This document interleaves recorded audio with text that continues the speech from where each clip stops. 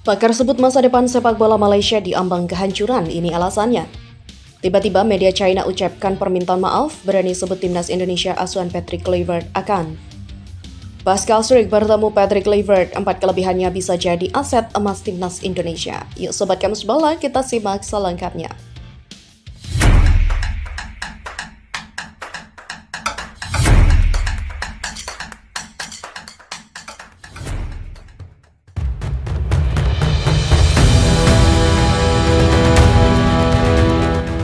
Keberhasilan timnas U17 Indonesia memastikan diri lolos ke Piala Dunia U17 2025 baru-baru ini mencuri perhatian banyak pihak. Tak terkecuali para penggemar dan juga pengamat sepak bola di negara tetangga termasuk Malaysia. Sosok yang turut menyoroti prestasi Indonesia adalah legenda sepak bola Malaysia Datuk Jamal Nasir Ismail. Jamal mengungkapkan alasan timnas U17 Malaysia tidak bisa meraih prestasi seperti Indonesia. Dia meyakini Malaysia sejatinya tidak kekurangan pemain muda berbakat seperti Indonesia. Hanya saja faktor yang membedakan kedua negara adalah pengalaman dan eksposur di level internasional. Oleh sebab itu, Jamal menilai para pemain muda Malaysia perlu lebih banyak mengikuti pertandingan kompetitif. Menurutnya, pengalaman bertanding sangat penting guna memastikan kepercayaan diri pemain pada level terbaik. Namun kenyataan yang terjadi di Malaysia saat ini justru berbanding terbalik dengan harapan Jamal. Beberapa tim besar memutuskan untuk mundur dari kompetisi Piala Belia dan juga Piala Presiden 2025.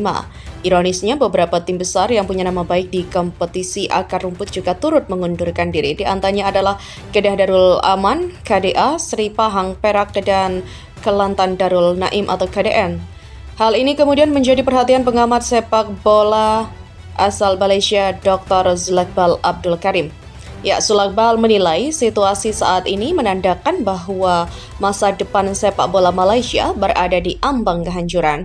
Menurutnya, apa yang terjadi saat ini juga sangat berdampak buruk bagi perkembangan sepak bola Malaysia itu sendiri. Ia mengatakan bahwa untuk memastikan timnas Malaysia berhasil pada level tertinggi, program pengembangan juga sangat penting dan harus berada di jalur yang benar. Namun jika sebaliknya, tentu akan menyulitkan Harimau Malaya untuk mengaum lebih ganas di kancah internasional. Saya melihat apa yang terjadi yang dapat mempengaruhi masa depan sepak bola Malaysia ketika banyak tim mulai menarik diri dari kompetisi Piala Belia dan Piala Presiden. Ini akan berdampak negatif dan akan membawa malapetaka bagi sepak bola nasional kita. Sementara media Cina tiba-tiba ucapkan permintaan maaf jelang laga melawan timnas Indonesia. Pada bulan Juni mendatang, timnas Indonesia akan berhadapan dengan Cina dan Jepang yang menjadi laga terakhir babak ketiga kualifikasi Piala Dunia 2026 zona Asia. Di tengah persiapan menuju pertandingan Juni nanti, media Cina tiba-tiba menyampaikan permohonan maaf. Ada apa? Ya, ternyata media China meminta maaf kepada timnya sendiri yang dianggap akan kesulitan mendapatkan keajaiban di 2 pertandingan yang tersisa. Maaf, timnas Cina sulit untuk mendapatkan keajaiban, ada kemungkinan besar akan tersingkir setelah 5 kekalahan berturut-turut dan kehilangan 6 poin dan impian mereka untuk Piala Dunia akan hancur, tulis media China Sohu. Ya, seperti dilansir, dengan kondisi timnas China yang ada saat ini, rasanya akan sulit bagi mereka untuk bisa mengalahkan timnas Indonesia. Harus dikatakan bahwa kekuatan timnas sepak bola Tiongkok ini telah jatuh ke level ketiga di Asia, di arena sepak bola yang sangat kompetitif, daya saingnya juga cukup lemah dan harapannya untuk lolos ke Piala Dunia tipis. Media Cina juga harus jujur mengakui bahwa timnas Indonesia lebih unggul dibandingkan Cina dalam banyak aspek.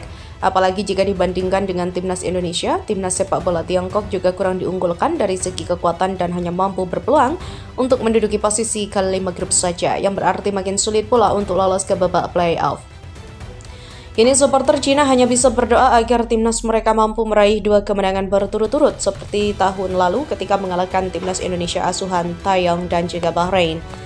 2 pertandingan berikutnya adalah pertandingan tandang melawan Indonesia dan pertandingan kandang melawan Bahrain. Barangkali sejumlah penggemar yang menanti kemenangan diam-diam berdoa dalam hati agar timnas sepak bola Tiongkok dapat mengulang penampilan gemilang tahun lalu. Namun, rasanya sangat sulit untuk mengulang kemenangan melawan timnas Indonesia mengingat skuad Patrick Kluivert saat ini sudah jauh meningkat kekuatannya. Dan perlu dicatat bahwa Indonesia terus meningkatkan investasi dalam pengembangan sepak bola, secara aktif meningkatkan jumlah pemain naturalisasi dan setelah melalui periode pelatihan dan kompetisi yang panjang, susunan pemainnya juga menjadi semakin baik. Ditambah lagi dengan keuntungan alami bermain di kandang sendiri seperti lingkungan tempat yang sudah dikenal, dukungan fanatik dari fans lokal dan sebagainya. Perjalanan tandang timnas Cina kali ini bisa dikatakan sangat berbahaya, bahkan untuk meraih 1 poin pun akan menjadi tantangan yang sangat besar. Oleh sebab itulah, media Cina berani menyebutkan bahwa peluang bagi mereka untuk bisa mengalahkan timnas Indonesia pada Juni nanti sangatlah kecil. Tidaklah berlebihan jika dikatakan bahwa kemungkinan tim sepak bola nasional Tiongkok memenangkan pertandingan berturut-turut dalam 2 putaran terakhir kurang dari 10% dan kemungkinan kalah dalam pertandingan berturut-turut lebih dari 70%. Artinya, bukan tidak mungkin untuk mengakhiri babak 8 besar dengan catatan buruk 5 kali kalah berturut-turut dan akhirnya bertahan di posisi juru kunci dengan 6 poin. Sehingga pupus sudah mimpi untuk lebih dulu ikut Piala Dunia 2026 dan tidak bisa tampil di ajang sepak bola ini selama 24 tahun berturut-turut. Di sisi lain, proyek naturalisasi pemain keturunan kembali memanas setelah bek Leeds United Pascal Struijk tertangkap kamera bersama Patrick Kluivert saat menyaksikan pertandingan Oxford United versus Leeds United pada pekan ke-43 Liga Championship Inggris 2024-2025. Laga tersebut digelar di Kasam Stadium Sabtu dini hari pukul 19 April 2025. Dan yang menarik, kehadiran Struijk di bangku penonton bukan hal biasa. Pemain 25 tahun itu sedang mengalami cedera dan tak dimainkan. Namun ia tetap ikut rombongan timnya dalam laga tandang, sesuatu yang jarang dilakukan oleh pemain yang sedang pemulihan.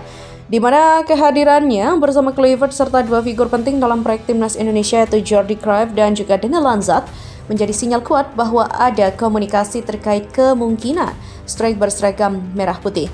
Spekulasi juga semakin berkembang setelah Kluivert mengunggah foto bersama Marcelino Ferdinand, gelandang muda timnas Indonesia yang kini bermain untuk Oxford United. Ya, momen ini diduga sebagai bagian dari langkah scouting terhadap pemain keturunan dan juga penguatan skuad Garuda ke depan.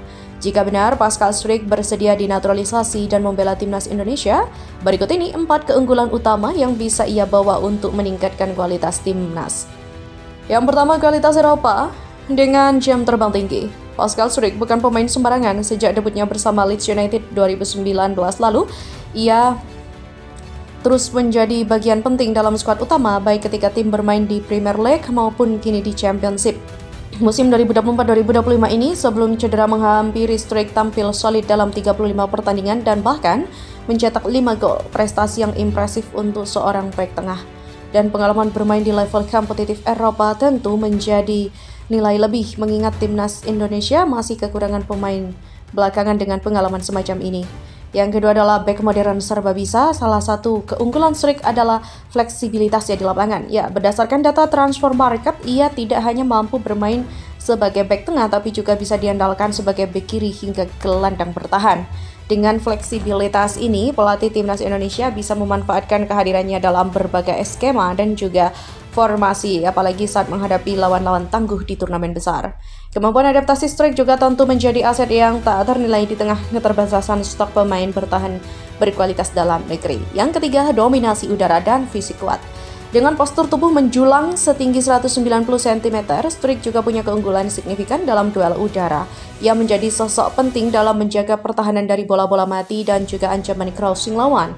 Dan tak hanya itu, kekuatan fisiknya juga membuatnya tangguh dalam duel 1 lawan 1. Kombinasi ini juga sangat dibutuhkan timnas Indonesia yang selama ini kerap kalah postur dan power saat bertemu lawan dari kawasan Asia Barat. Yang keempat adalah koneksi darah Indonesia yang jelas.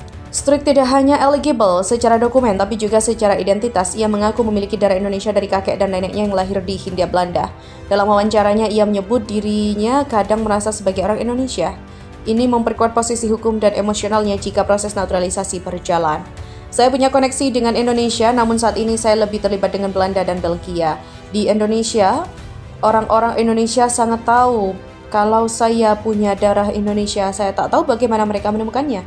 Saya harus mengakui bahwa saya terkadang merasa sedikit orang Indonesia, tapi kadang juga tidak. Selain keluarga saya di sana, saya tak berhubungan atau mengenal orang Indonesia lain. Momentum tak boleh terlewat, ya munculnya Pascal Struijk di laga Oxford United versus Leeds United bersama 3 tokoh penting dalam struktur timnas Indonesia bukanlah sekedar kebetulan.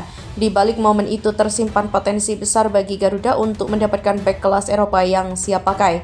Dengan kombinasi pengalaman fleksibilitas, kekuatan fisik dan koneksi darah yang sah, Pascal Struijk juga bisa menjadi bagian penting dari revolusi timnas Indonesia ke depan.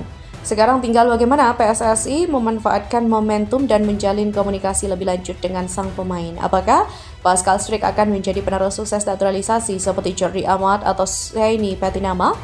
Tentu waktu yang akan menjawabnya. Namun sinyalnya sudah jelas, timnas Indonesia sedang bersiap untuk naik level.